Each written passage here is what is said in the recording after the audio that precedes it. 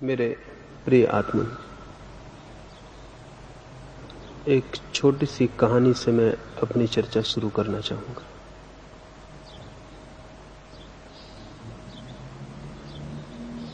सिकंदर विश्व यात्रा पर निकला हुआ था। भारत की ओर आते समय रास्ते में एक फकीर डायोजनीस से वो मिलने गया था। डायोजनीस की बड़ी ख्याति थी। डायोजनीस एक नग्न फकीर था और सिकंदर उससे मिलने जाए, इसकी खबर भी दूर दूर तक पहुंच गई। बहुत से लोग डायोजनीस के झोपड़े पर इकट्ठे हो गए थे। सिकंदर के पहले सिकंदर के दो सेनापतियों ने जाकर डायोजनीस को कहा, महान सिकंदर तुमसे मिलने आ रहा है, उसके स्वागत के लिए तैयार हो जाओ। डायोजनीस अपने झोपड़े के बाहर बैठा था।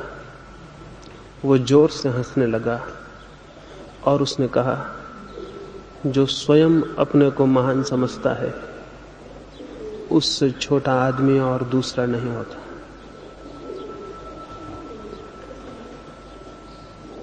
सिकंदर आ गया था। डायोजनीस बाहर बैठा हुआ सुबह की धूप ले रहा था। सर्दी के दिन थे। सिकंदर ने कहा कि मैं तुम्हारी कुछ सेवा कर सकूं तो मुझे खुशी होगी। डायोजनीस ने कहा, धूप आ रही थी मेरे शरीर पर, तुम बीच में खड़े हो गए हो और धूप आनी बंद हो गई। इतनी ही कृपा करो, धूप के मार्ग से हट जाओ। और ये भी प्रार्थना करता हूं, तुम्हारे हाथ में बहुत ताकत मालूम होती है। तुम न मालूम कितने लोगों के जीवन की धूप छीन सकते हो। इतना ध्यान रखना, तुम किसी के जीवन के लिए छाया न बनो तो बड़ी कृपा होगी। सिकंदर को इस तरह की बात सुनने का कोई ख्याल न था। फिर भी उसने कहा, मैं तुमसे मिलकर खुश हुआ हूं और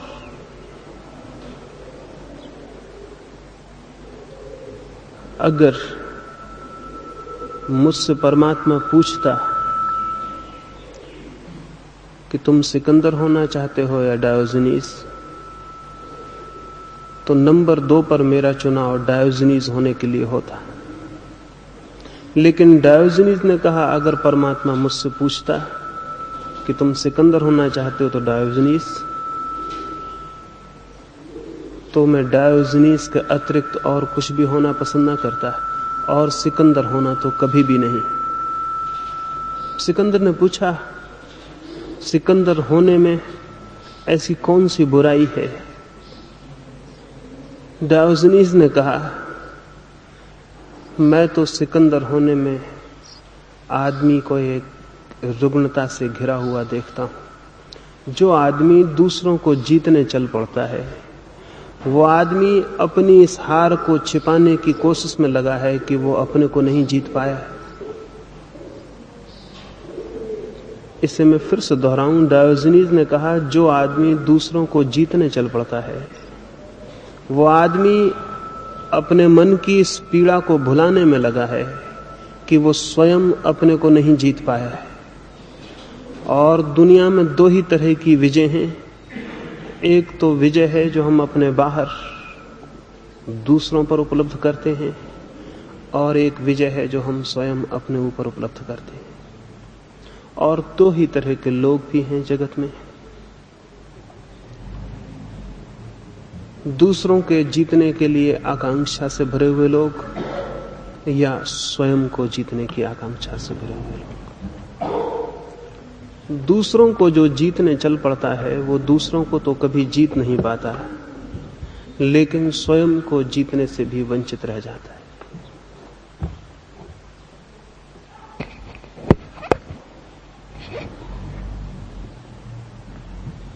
ये घटना इसलिए मैं शुरू में कहना चाहता हूं, हम सारे लोगों के जीवन के समक्ष भी 2 ही तरह के मार्ग होते हैं। एक तो महत्वाकांक्षा का, दूसरों की विजय का मार्ग है, और एक स्वयं की विजय का। अधिकतर लोग दूसरों को जीतने के प्रयास में जीवन की उस संपदा से वंचित ही रह जाते हैं जो स्वयं को जीतने से उपलब्ध होती है। और जो लोग बाहर की विजय में उलझ जाते हैं। मनुष्य के जीवन में दो ही रास्ते हैं और अधिक लोग महत्वाकांक्षा के एम्बिशन के रास्ते पर ही चलते हैं। साधारणतः सिकंदर, नेपोलियन या हिटलर जैसे लोग बहुत कम हमें दिखाई पड़ते हैं जो संसार विजय के लिए निकल पड़ते हों, लेकिन हम सारे लोग भी अपनी छोटी छोटी ताकत से संसार विजय में लगे रहते हैं। हम सबकी यात्रा भी दूसरों की विजय के लिए है और ये समझ लेना बहुत उपयोगी है, जरूरी भी, कि आखिर हम दूसरों की विजय में इतने उत्सुक क्यों हो जाते हैं। चाहे वो विजय धन की हो, चाहे यश की, चाहे पद की, क्यों हमारा मन इतना आतुर हो उठता है इस विजय के लिए। शायद कभी विचार भी न किया हो। विचार करेंगे तो बहुत हैरानी होगी। मनुष्य दूसरों की विजय के लिए इसलिए उत्सुक हो आता है कि अपने भीतर तो वो पाता है एक रिक्तता, एक खालीपन, एक अभाव, एक अंधेरा। भीतर तो कोई संपत्ति नहीं दिखाई पड़ती, न कोई प्रकाश दिखाई पड़ता है, न कुछ पाने जैसी कोई दिशा अनुभव होती है। भीतर तो एक दरिद्रता मालूम पड़ती है। इस दरिद्रता को भरने के लिए वो बाहर की समृद्धि के पीछे आतुर हो उठता है। भीतर तो कुछ भी दिखाई नहीं पड़ता, जो भी दिखाई पड़ता है वो बाहर है, लेकिन भीतर एक रिक्तता की, एक कमी, एक एम्प्टीनेस का अनुभव जरूर होता है। ऐसा लगता है जिससे भीतर कुछ भी नहीं है, एक अभाव है। ये अभाव पीड़ा देता है। इस अभाव को भर लेने के लिए मन आतुर हो उठता है। कैसे भरें इस अभाव को जो भीतर है। ऐसा प्रतीत नहीं होता कि भीतर मैं कुछ हूं। भीतर पैर रखने को कोई भूमि नहीं दिखाई पड़ती, कोई सहारा नहीं दिखाई पड़ता, कोई संगी साथी नहीं दिखाई पड़ता। भीतर एकदम असहाय एक हेल्पलेसनेस मालूम होती है। अगर हम अकेले अपने भीतर छोड़ दिए जाएं तो हम घबरा उठेंगे। ऐसे भी हम घबराए हुए रहते हैं।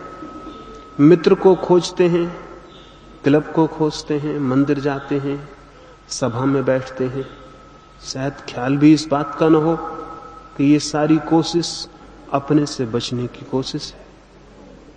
अकेले में खुद के साथ रहना बहुत कठिन, इसलिए हम हजार उपाय करते हैं कि खुद का साथ न हो सके, कोई और साथी हो, कोई और मित्र हो, अखबार हो, रेडियो हो, किसी से बात होती हो, सिनेमा हो। लेकिन ऐसा न हो कहीं कि हम बिल्कुल अकेले छूट जाएं और कोई भी न हो। अकेले होने से हम डरते हैं और अगर हमें मजबूरी अकेले में रख दिया जाए तो शायद हम पागल हो जाएं। इजिप्त के एक बादशाह ने ऐसा प्रयोग किया। मेरे जैसे किसी आदमी ने उसको कहा होगा कि अकेले होने में आदमी इतना घबरा जाएगा कि पागल भी हो सकता है। उसे ये बात विश्वास योग्य नहीं मालूम पड़ी। उसने कहा कि राजधानी में जो सबसे स्वस्थ आदमी हो उसे पकड़ के ले आया जाए। एक युवक को पकड़ के लाया गया। सब तरह से वो स्वस्थ था, प्रसन्न था, शांत था, बीमार न था, कोई आर्थिक असुविधा न थी, सब प्रसन्न था। अभी अभी उसका विवाह हुआ था। वो और उसकी पत्नी दोनों खुश थे। उस युवक को पकड़ के राजा ने एक अकेले कमरे में बंद करवा दिया। सारी सुविधा जुटा दी, भोजन की, सोने की, कोई तकलीफ न थी वहां। उसके मकान से बहुत ज्यादा राजमहल में व्यवस्था कर दी। लेकिन द्वार पर एक ऐसा आदमी पहरे पर रख दिया जो उस युवक की भाषा नहीं समझता था, और कोई भी उससे नहीं मिल सकेगा इसकी मनाही कर दी। एक दो दिन तो युवक चिल्लाता रहा कि मुझे क्यों बंद किया गया है। उसने भोजन खाने से इंकार कर दिया, पानी नहीं पिया। लेकिन क्या करता, 2-4 दिन बाद उसे भोजन भी लेना पड़ा, पानी भी। 8 दिन बीतते बीतते वो राजी हो गया उस अकेलेपन में रहने को। लेकिन 1 महीना पूरा नहीं हो पाया था कि राजा के लोगों ने राजा को खबर दी, युवक में पागलपन के लक्षण आने शुरू हो गए। उसने अपने से ही बातें शुरू कर दी। जब कोई और न मिले बात करने को तो आदमी अपने से ही बातें शुरू कर देगा। फिर ये एक ही रास्ता है उसका, अपने आप को भुला रखने का। 3 महीने होते होते वो युवक बिल्कुल पागल हो चुका था। 3 महीने बाद उसे छोड़ा तो वो एकदम विक्षिप्त था। क्या हो गया था उसे? अपने को भूलने का उसे 3 महीने तक कोई उपाय नहीं मिल सका। कोई भी स्वस्थ आदमी ऊपर से दिखाई पड़ता हो भला, भीतर एक गहरी अस्वस्थता है। उससे हम बचना चाहते हैं, उससे हम एस्केप करना चाहते हैं, पलायन करना चाहते हैं। एक आदमी नशा करने लगता है, एक आदमी भजन कीर्तन करने लगता है। दोनों बातें हमें भिन्न भिन्न मालूम पड़ती हैं, दोनों बातें भिन्न भिन्न नहीं हैं। दोनों आदमी अपने अपने ढंग से खुद को भूलने का उपाय खोज रहे हैं। एक आदमी संगीत सुनने लगता है, उसमें डूब जाता है।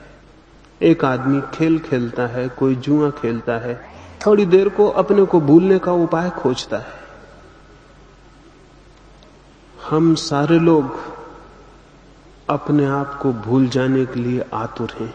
एक आदमी धन की खोज में भूल जाता है अपने आप को। 24 घंटे धन और धन, गिनती और गणना, उसे याद भी नहीं आ पाता कि मैं भी हूं। उसकी तिजोरी के हिसाब में उसे भूल जाता है कि मेरा भी कोई हिसाब है। एक आदमी पद की दौड़ में होता है, छोटी कुर्सी से बड़ी कुर्सी। स्वयं की रिक्तता से जीवन भर भागने का एक क्रम चलता है। नाम हम कुछ भी देते हों, रूप कोई हो, दौड़ एक ही है कि किसी भांति भीतर की रिक्तता से हम बच जाएं, उसे भर लें या उससे भाग जाएं। पदों की दौड़ में भी वही है। छोटी कुर्सी से बड़ी कुर्सी है और बड़ी कुर्सी है, और एक आदमी भूले रहता है इस नशे में। इस बात को भूले रहता है कि कुर्सियां अलग हैं और मैं अलग हूं, और बड़ी से बड़ी कुर्सी भी, बड़े से बड़ा पद भी मेरे भीतर जो खाली है उसे नहीं भर पाएगा। एक छोटी सी कहानी आपसे कहूं, उससे ख्याल आ सके। एक सम्राट के द्वार पर एक भिखारी ने सुबह ही सुबह आकर भिक्षा मांगी। भिक्षा पात्र फैलाया, सम्राट द्वार पर ही खड़ा था। उसने अपने चाकरों को कहा कि जाओ इसके भिक्षा पात्र को अन्न से भर दो। लेकिन उस भिखारी ने कहा, एक शर्त पर मैं भिक्षा लेता हूं, मेरा पात्र पूरा भरोगे ना? अधूरा भरा हुआ पात्र लेकर मैं नहीं जाऊंगा। राजा हंस पड़ा। उसने कहा, शायद तुझे पता नहीं, तू इस देश के सबसे बड़े सम्राट के द्वार पर भिक्षा मांग रहा है। क्या तू सोचता है तेरे इस छोटे से पात्र को भी हम भर ना सकेंगे? उस भिखारी ने कहा, बहुत बड़े बड़े सम्राटों के द्वार पर मैंने भिक्षा मांगी, अब तक कोई भी भरने का वचन नहीं दे सका। राजा के अहंकार को चोट लगी। उसने अपने मंत्री को कहा कि अब अन्न से नहीं, जाओ स्वर्ण मुद्राओं से इसके पात्र को भर दो। मंत्री गए, स्वर्ण मुद्राएं लेकर आए, लेकिन पात्र में डालने पर पता चला कि राजा गलती सौदे में पड़ गया, गलती दांव लगा बैठा है। मुद्राएं पात्र में गिरी और कहीं खो गईं। पात्र खाली का खाली रहा। तो राजा घबराया, लेकिन एक भिखारी के सामने हार जाना उचित ना था। उसने अपने मंत्रियों को कहा कि आज मैं हूं और ये भिक्षा का पात्र है, चाहे मेरी सारी संपत्ति इसमें डाल दी जाए, लेकिन भिक्षा का पात्र भरना ही होगा। सुबह ये बात हुई थी, दोपहर हो गई, राजा की तिजोरियां खाली होने लगी। सांझ आ गई, लेकिन पात्र खाली का खाली था। तब राजा घबराया और भिखारी के पैरों में गिर पड़ा और उसने कहा, मुझे क्षमा कर दो, मुझसे भूल हो गई, लेकिन ये पात्र बहुत अद्भुत मालूम होता है। कोई जादू है इसमें, कोई मंत्र सिद्ध है। क्या है ये छोटा सा पात्र, मेरे पूरी संपत्ति को पी गया और नहीं भरा। वो भिखारी हंसने लगा। उसने कहा, इसमें कोई खूबी नहीं, इस पात्र को मनुष्य के हृदय से हमने बनाया है।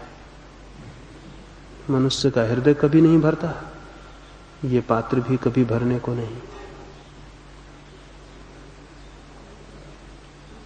ये कहानी मैंने सुनी थी और बहुत इस पर सोचता रहा।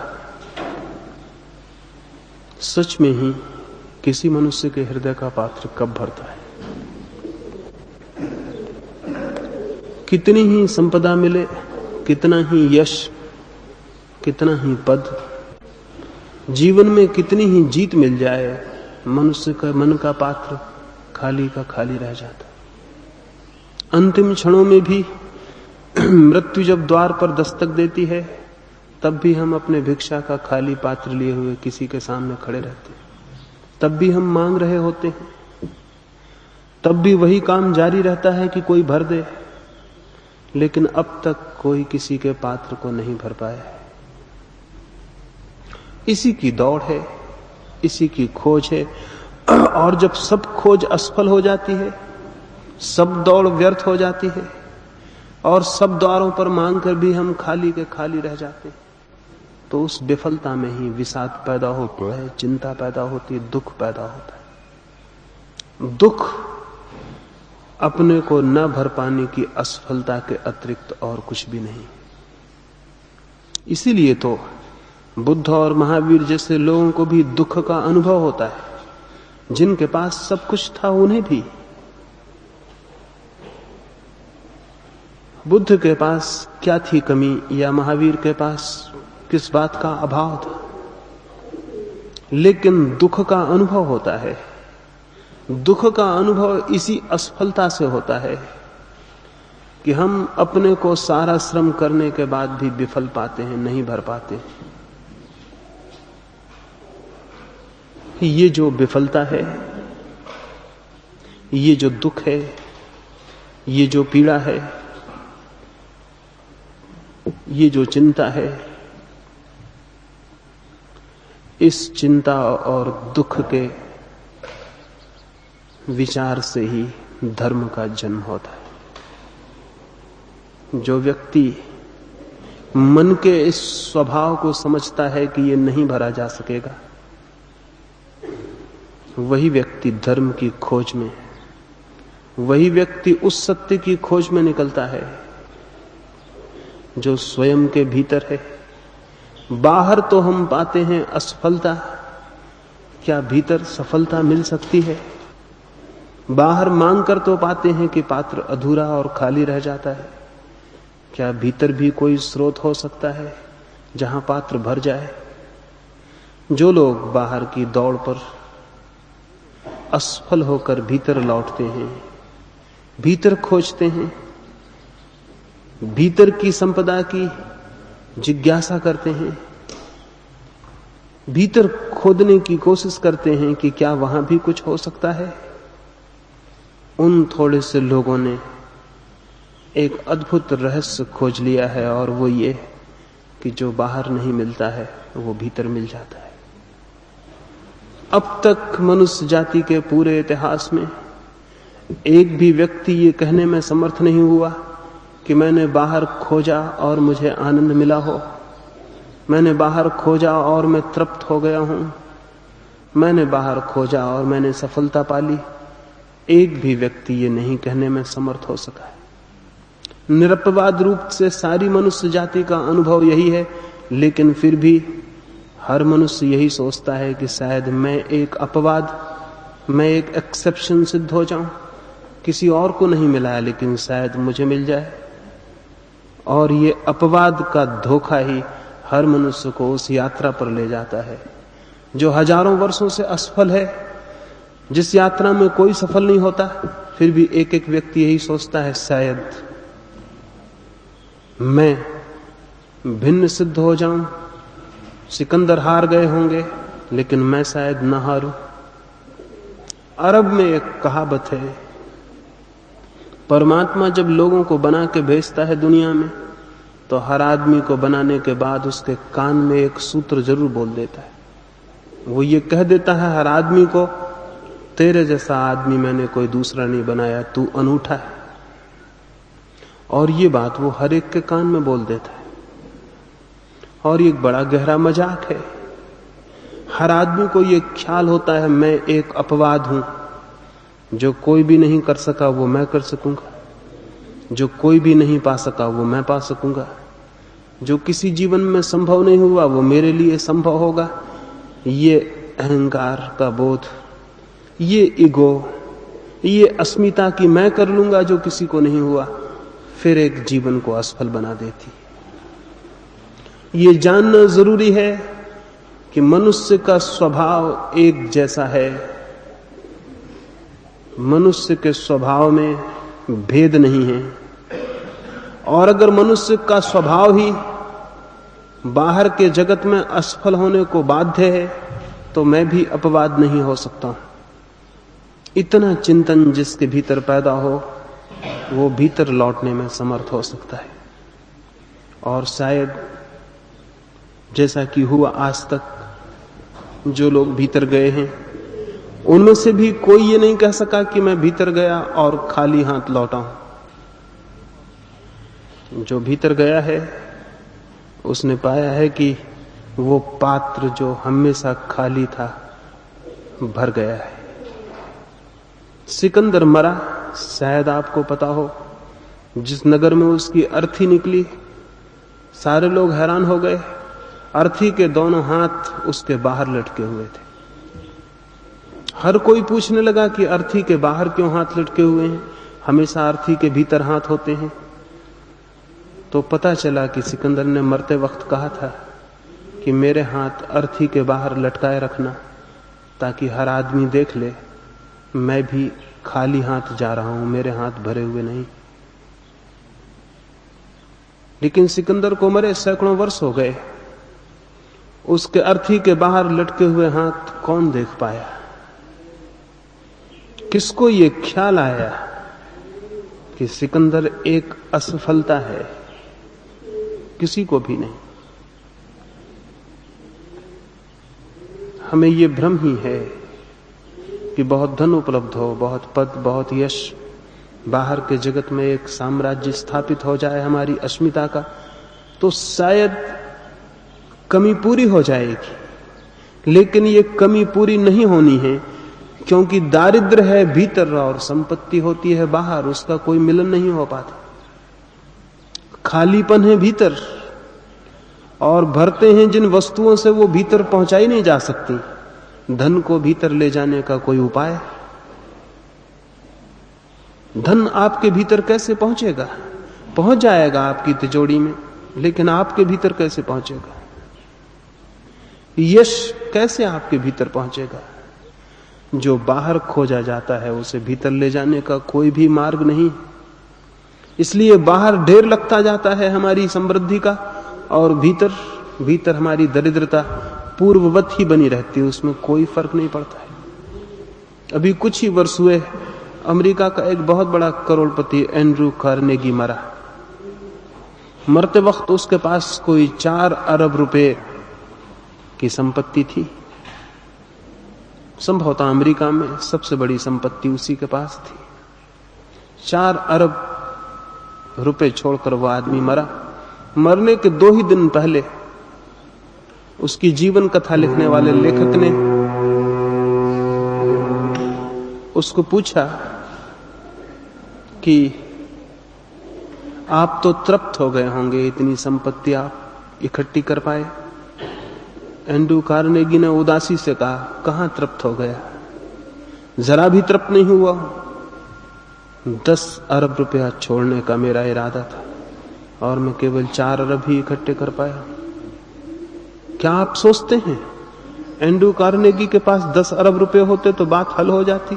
नहीं हल होनी थी। 10 अरब जब तक रुपए होते, कार्नेगी की आकांक्षा शायद 100 अरब रुपयों की हो जाती। जो हमारे पास है, हमारी आकांक्षा हमेशा उसके आगे निकल जाती है और तब एक भ्रम जीवन भर कायम रहता है। जीवन भर हम दौड़ते भी हैं और हर दौड़ के बाद हम पाते हैं मंजिल और आगे निकल गई है। हम फिर हमेशा पीछे रह जाते हैं। आदमी हमेशा पीछे रह जाता है, आकांक्षा हमेशा आगे निकल जाती है। और तब गरीब भी गरीब रहता है और अमीर भी गरीब। वे तो दरिद्र हैं ही जो सड़कों पर भिक्षा मांगते हैं, वे भी दरिद्र रह जाते हैं जिन्हें सम्राट होने का भ्रम पैदा होता है। भीतर की दरिद्रता में कोई फर्क नहीं पड़ता है। धर्म की जिज्ञासा शुरू होती है इसी तथ्य से कि क्या ये जो भीतर हमारे एक दरिद्र बैठा हुआ है, एक भिखारी, क्या ये भिखारी मिट सकता है? क्या ऐसा हो सकता है कि एक आंतरिक संपदा उपलब्ध हो और प्राण आनंद से भर जाएं? क्या ये हो सकता है कि भीतर का खालीपन मिट जाए, एक भरापन पैदा हो?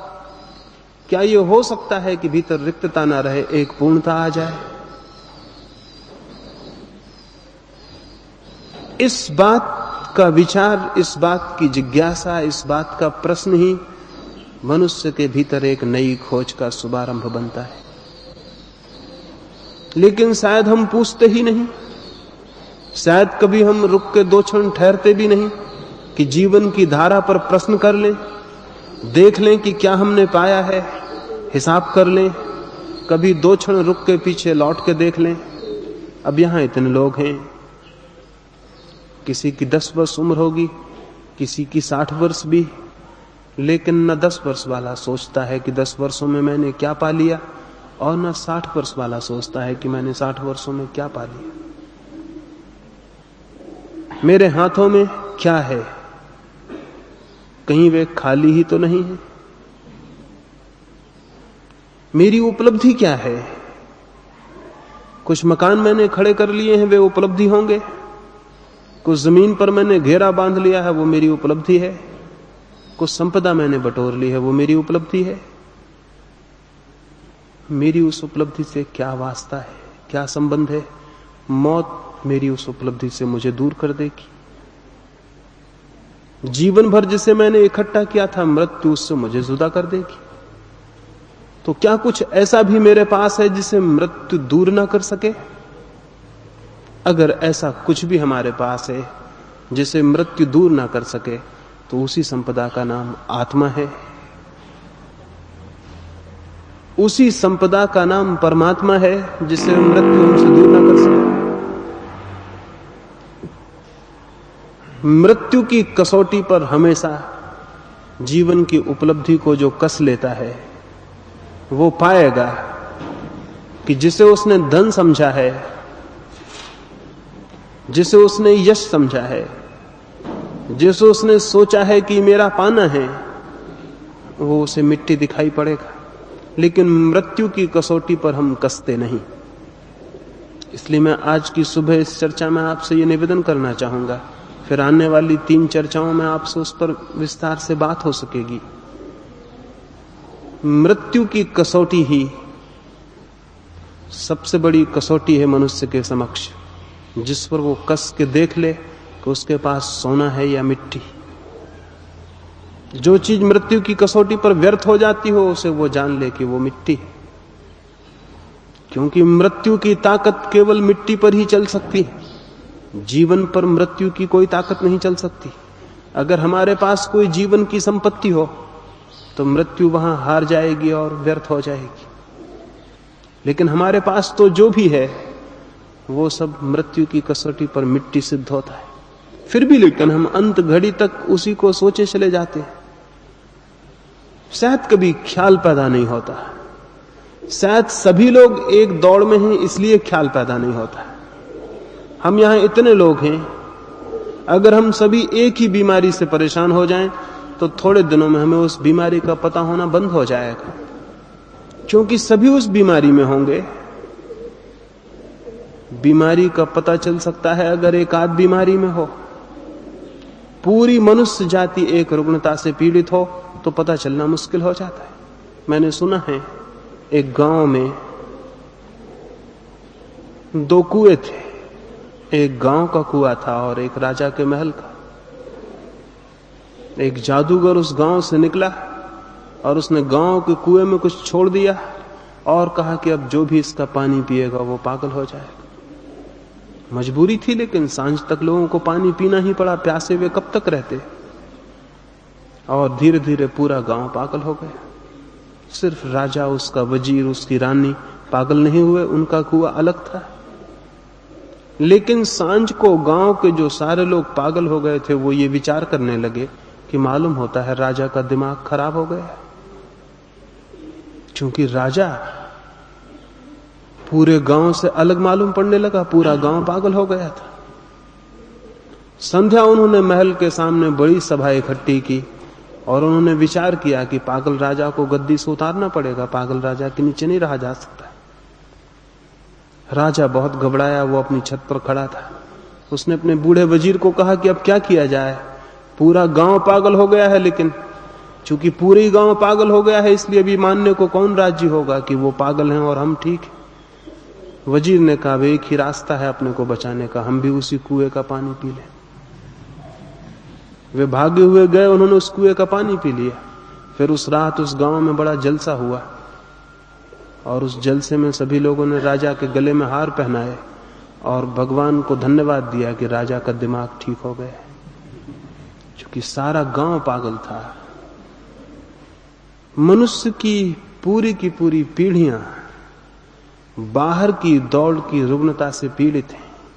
इसलिए जब कभी कोई आदमी एक आध भीतर की बात कहता है तो वो हमें पागल ही मालूम पड़ता है। हम गांधी को अकारण गोली नहीं मार देते, ये किसी एक आध गोंडसे का सवाल नहीं है कि कोई गोली मार देता है। हम क्राइस्ट को ऐसे ही सूली पे नहीं लटका देते, ये कोई 2-4-10 पागलों का काम नहीं है। हम सुकरात को ऐसे ही जहर नहीं पिला देते, इसके पीछे बुनियादी कारण है। ये लोग हमें पागल मालूम पड़ते, ये लोग हमारे बीच के नहीं मालूम पड़ते, ये आउटसाइडर्स मालूम पड़ते। हम एक दुनिया में हैं, ये कुछ अलग आदमी मालूम पड़ते। ये लोग कुछ गड़बड़ मालूम पड़ते, अजनबी मालूम पड़ते हैं। ये हमारे बीच रहें तो हमें मालूम होता है ये सारी जीवन को गड़बड़ कर देंगे, इनकी बातें कुछ ठीक नहीं मालूम पड़ती। इसलिए जरूरी हो जाता है कि हम में से कोई एक उठे और इनको समाप्त कर दे। इधर 10,000 वर्षों में हमारे भीतर जो स्वस्थ आदमी था वो हमें पागल मालूम हुआ, क्योंकि हम सारे लोग एक बहुत बड़ी गहरी पागल दौड़ में हैं। हमारी दौड़ का अंत तक कोई सिलसिला नहीं टूटता है, आखिरी क्षण तक भी हम वही सोचे चले जाते हैं जिसका जीवन की गहराइयों से कोई भी नाता नहीं है। जिसका जीवन की गहराइयों से नाता है उसकी छाया भी हमारे जीवन में कभी नहीं उतरती। एक धनपति बीमार था, मरणासन्न था, अंतिम क्षणों की प्रतीक्षा कर रहा था। जीवन भर धन और धन और धन उसकी दौड़ रही थी। कभी उसने और तरफ आंख उठा के देखा हो, यह भी उसके गांव के लोगों को पता ना था। वो मर रहा था, आखिरी क्षण थे, उसने आंख खोली और अपनी पत्नी को पूछा मेरा बड़ा लड़का कहां है। पत्नी के मन में बड़ा आह्लाद हुआ। ये पहला मौका था कि उसने किसी के बाबत कुछ पूछा था, ये पहला मौका था उसने प्रेम दर्शाया था। शायद अंतिम क्षणों में उसके हृदय में प्रेम उठा है, वो अपने लड़कों के बाबत पूछ रहा है। उसकी पत्नी की आंखों में आंसू भर आए। उसने कहा, आप चिंतित न हो, बड़ा लड़का आपके पास बैठा हुआ है। उसने पूछा, और उससे छोटा कहां है? पत्नी ने कहा, वो भी मौजूद है। उससे छोटा, उसके 5 लड़के थे। उसने कहा, सबसे छोटा कहां है? तो वो भी आपके पैर तले मौजूद है, आप चिंतित ना हो, सब मौजूद हैं, आप घबराएं ना। वो आदमी जो मरने के करीब था उठ के बैठ गया और उसने कहा, इसका क्या मतलब? फिर दुकान पर कौन बैठा हुआ? अगर ये 5 यहीं मौजूद हैं तो फिर दुकान पर कौन बैठा हुआ है? पत्नी भूल में थी, वो सोचती थी ये प्रेम की वजह से याद आ रही है बात। वो आदमी इसका पता लगा रहा था कि इस वक्त भी कोई दुकान पर मौजूद है या नहीं। ये पूछ के वो आदमी मर गया। ये वो पूछा कि दुकान पर फिर कौन बैठा हुआ है, और वो आदमी मर गया। इस आदमी के बाबत हम क्या सोचेंगे? यह आदमी कितना दीनहीन आदमी था, इस पर कितनी दया आए उतनी ही थोड़ी है। इसका जीवन कैसा जीवन रहा होगा? मृत्यु के क्षण में भी न तो प्रेम था, न प्रार्थना थी, न परमात्मा था, पैसा था। और ये स्वाभाविक है, जिसकी जीवन की पूरी धारा पैसे से जुड़ी रही हो, अंतिम क्षण में वो प्रेम से जुड़ भी नहीं सकता है। चित्त तो एक श्रृंखला है, एक कंटिन्यूटी है। गंगा बह रही है। कोई अगर ये कहे कि हिमालय पर तो गंगा गंदी होती है, प्रयाग में गंदी होती है, अपवित्र होती है, सिर्फ काशी के घाट पर आगे पवित्र हो जाती है, आगे फिर अपवित्र हो जाती है, तो हम कहेंगे तुम पागल हो, क्योंकि गंगा तो एक सतत धारा है। ये नहीं हो सकता कि काशी के पहले अपवित्र हो, काशी के बाद फिर अपवित्र हो जाए, सिर्फ काशी के घाट पर पवित्र हो उठे। ऐसा कैसे होगा? धारा तो जो पहले है वही काशी के घाट पर है, वही काशी के आगे है। चित्त भी एक सतत धारा है। अगर जीवन भर वो बाहर की तरफ घूमती रही हो तो यह असंभव है कि अंतिम क्षण में वो अंतस की तरफ घूम आए। अगर जीवन भर उसने पैसे को केंद्र बनाया हो तो यह असंभव है कि वो कभी प्रेम को केंद्र बना ले। और जिस जीवन में प्रेम केंद्र नहीं बनता, प्रेम है आंतरिक संपत्ति, पैसा है बाह्य संपत्ति। इसलिए आप देख के हैरान होंगे इस बात को कि जो आदमी पैसे के लिए जितना आतुर होगा उसके जीवन में प्रेम उतना ही कम होगा। ये बिल्कुल अनिवार्य है। जिसके जीवन में जितना प्रेम होगा पैसे पे उसकी पकड़ उतनी ही कम हो जाएगी। प्रेम और पैसे की पकड़ दोनों एक साथ साथ कभी नहीं हो सकती। महावीर और बुद्ध हमें धन छोड़ते दिखाई पड़ते हैं। लोग सोचते होंगे ये त्याग कर रहे हैं। मेरी दृष्टि में मामला दूसरा है। मेरी दृष्टि में इन्हें प्रेम की संपत्ति मिल गई, इसलिए पैसे की संपत्ति का अब कोई सवाल नहीं। इन्होंने बड़ी संपत्ति पाली है, इसलिए छोटी संपत्ति छूट रही है। अगर किसी को हीरे जवाहरात मिल जाए और हाथ के कंकड़ पत्थर फेंक दे, इसको त्याग कौन कहेगा? कंकड़ पत्थर फेंक देगा इसलिए कि उसे हीरे मिल गए हैं। जिसे प्रेम मिल जाता है उसे पैसा व्यर्थ हो जाता है, और जिसे प्रेम नहीं मिलता उसे पैसे के अतिरिक्त कोई सार्थकता नहीं है। जीवन में एक ही सार्थकता है, पैसा। और पैसे के इर्द गिर्द जीवन घूमता हो तो मन का पात्र अधूरा रह जाएगा, निश्चित रह जाएगा। और तब होगा दुख पैदा, तब होगी पीड़ा, तब लगेगा सब व्यर्थ है। तब उदासी चित्त को घेरेगी, संताप मन पर छाया डालेगा, और हम सबके मन पर वो डाले हुए। हमारे जीवन में न कोई आनंद है, न कोई उत्फुल्लता है। क्या है कारण इस बात का? कारण एक ही है, हमने जीवन के व्रत को बाहर के केंद्र पर घुमा रहे हैं। जो भीतर की आंतरिकता में प्रवेश पाना चाहिए था वो केवल बाहर के गली कूचों में भटक रहा है। और जो संपत्ति स्वयं के पास थी उसे देखे बिना वो द्वार द्वार पर भीख मांग रहा है। और जिसे हम अपने में ही खोज के पा सकते थे उसके लिए हम हजारों हजारों मील की यात्रा कर रहे हैं, पृथ्वी की परिक्रमा कर रहे हैं। थक जाते हैं पैर, एक दिन घबरा जाती है तबीयत, मौत करीब आने लगती है और आंखें आंसू से भर जाती हैं और लगता है सब व्यर्थ हो गया। ये लगना स्वाभाविक है। जितने जल्दी ये बात बोध में आ जाए कि बाहर की दौड़ व्यर्थ है, उतने ही शीघ्र भीतर की एक नई यात्रा का प्रारंभ हो सकता है। भीतर की यात्रा ही परमात्मा की यात्रा है। इसलिए मैं मंदिर में जाने को धर्म नहीं कहता हूं, न ही तीर्थ की यात्रा को धर्म कहता हूं, क्योंकि तीर्थ भी बाहर हैं और मंदिर भी बाहर है। ये वही बाहर की खोज वाला आदमी है। मंदिर भी बाहर बनाता है, भगवान भी बाहर खड़े करता है। उसके भगवान ऊपर आकाश में होते हैं, मंदिर बाहर होता है। तीर्थ कहीं काशी में, कहीं काबा में होता है। अभी उसकी भीतर की तरफ आंख नहीं गई। भीतर की तरफ जिसकी आंख पहुंच जाती है वो मन में ही मंदिर को उपलब्ध हो जाता है। धार्मिक आदमी वो नहीं है जो मंदिर जाता हो, बल्कि वो है जो स्वयं मंदिर बन गया हो। और हर आदमी मंदिर बन सकता है, और तभी जीवन में वे किरणें उपलब्ध होती हैं जो आनंद की हैं, जो प्रेम की हैं, जो सौंदर्य की हैं। और तभी वो शांति मिलती है जिसे उच्छेद करने की सामर्थ्य फिर किसी में भी नहीं। और तभी वो संपदा उपलब्ध होती है जिसे खोने का कोई उपाय नहीं। और तभी मिलता है वो अमृत जीवन जिसकी कोई मृत्यु नहीं। लेकिन उसके लिए भीतर की यात्रा करनी जरूरी है।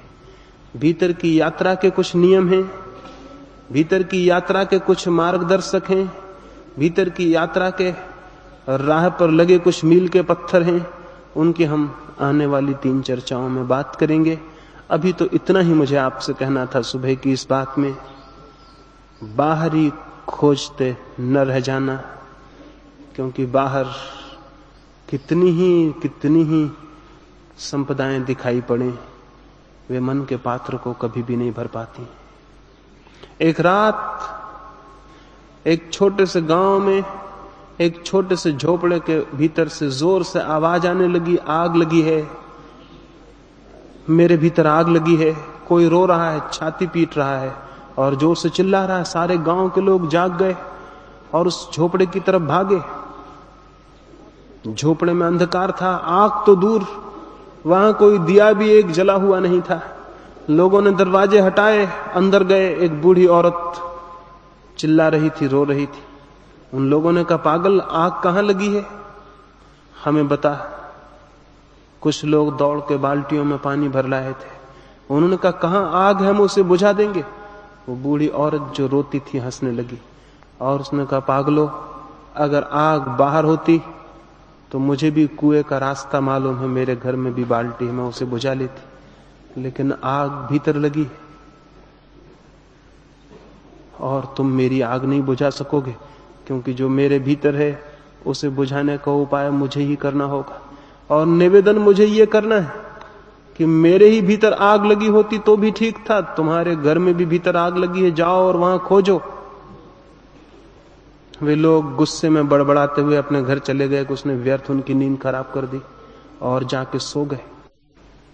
अक्सर मैं जो बातें कहूंगा 3 दिन में, उनमें भी आप से बहुतों को ऐसा लगेगा व्यर्थ हमारी नींद खराब कर दी, और आप भी अपने घर जाके आराम से सो जाएंगे। अक्सर ऐसे ही होता रहा है। लेकिन अगर किसी की नींद टूट जाए इन बातों से, कोई घबरा के बेचैन हो जाए, किसी के भीतर बहुत तीव्र असंतोष जलने लगे, और किसी को ऐसा लगने लगे कि जीवन सचमुच एक आग पर चढ़ा हुआ है, तो निश्चित ही उसके भीतर उस पीड़ा से, उस दुख से, उस आग लगे होने के बोध से वो संकल्प पैदा हो जाता है जो मनुष्य को आग के बाहर ले जाने में समर्थ है, असंतोष के बाहर ले जाने में समर्थ है।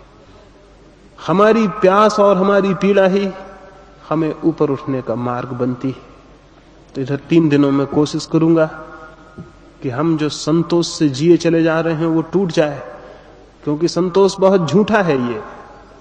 ये उतना ही झूठा है जैसे सुबह कोई आपसे पूछता है, आप ठीक तो हैं, और आप कहते हैं बिल्कुल ठीक। बिल्कुल झूठी बात कहते हैं। हर आदमी यही कहता है बिल्कुल ठीक हूं। अगर ये बात सच होती तो दुनिया ठीक होनी चाहिए थी, लेकिन हम सब जानते हैं ये कहने की बात है कि हम बिल्कुल ठीक हैं। हम जरा भी ठीक नहीं।